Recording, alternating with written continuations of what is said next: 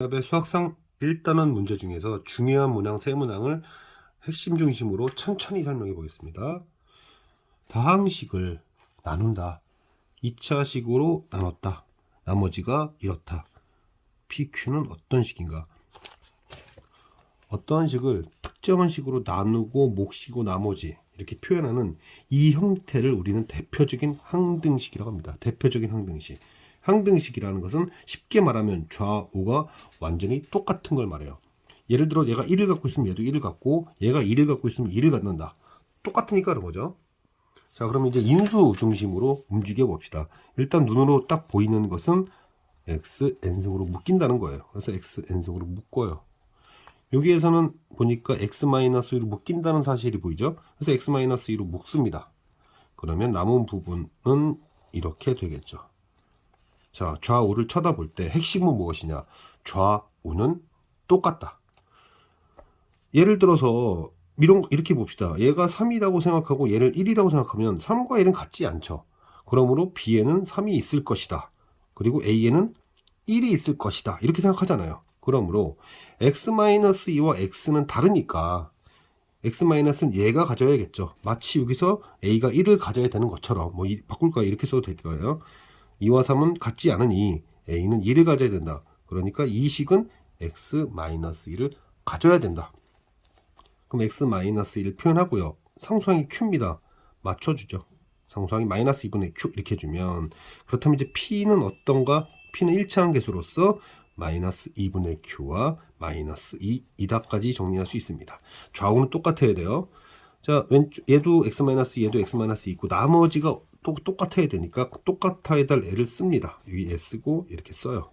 이것과 그다음에 이게 똑같아야 돼요. 좌우가 똑같습니다.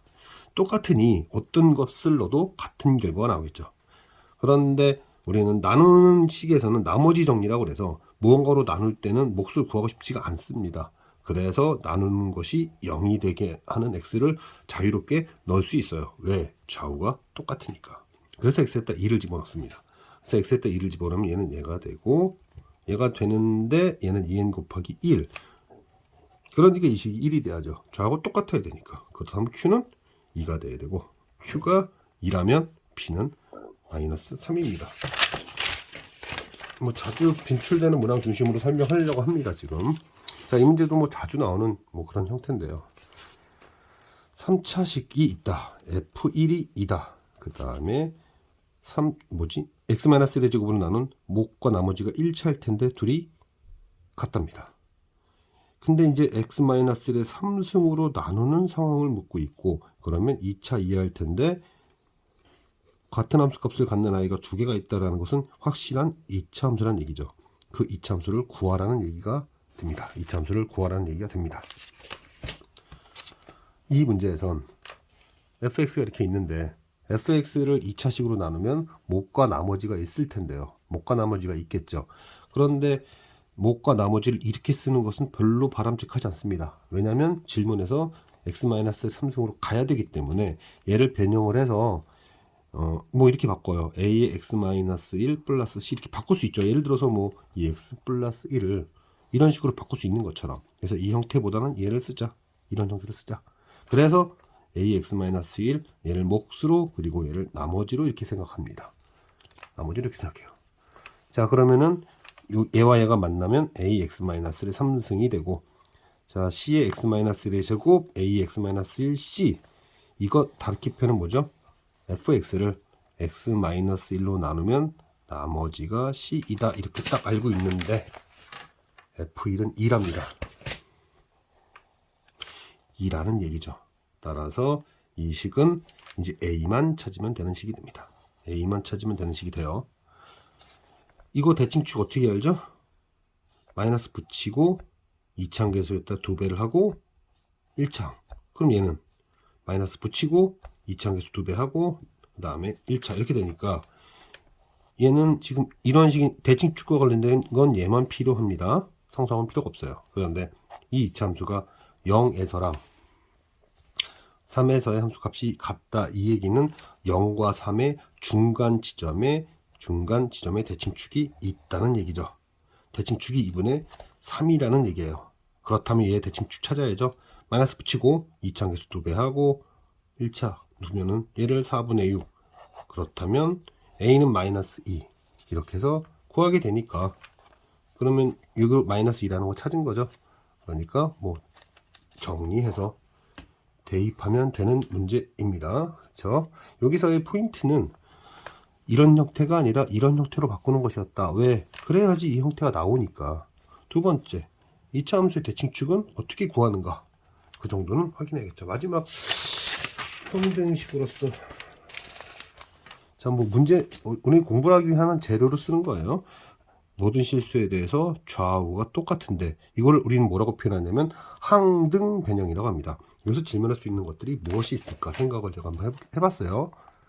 대표적인 질문들이니까 이 정도는 알아야 됩니다. 첫 번째, A0가 뭐냐라는 질문을 만약 했다 합시다. 그 얘기는 좌우가 똑같은 식이에요. 나누는 것은 항상 항등식입니다.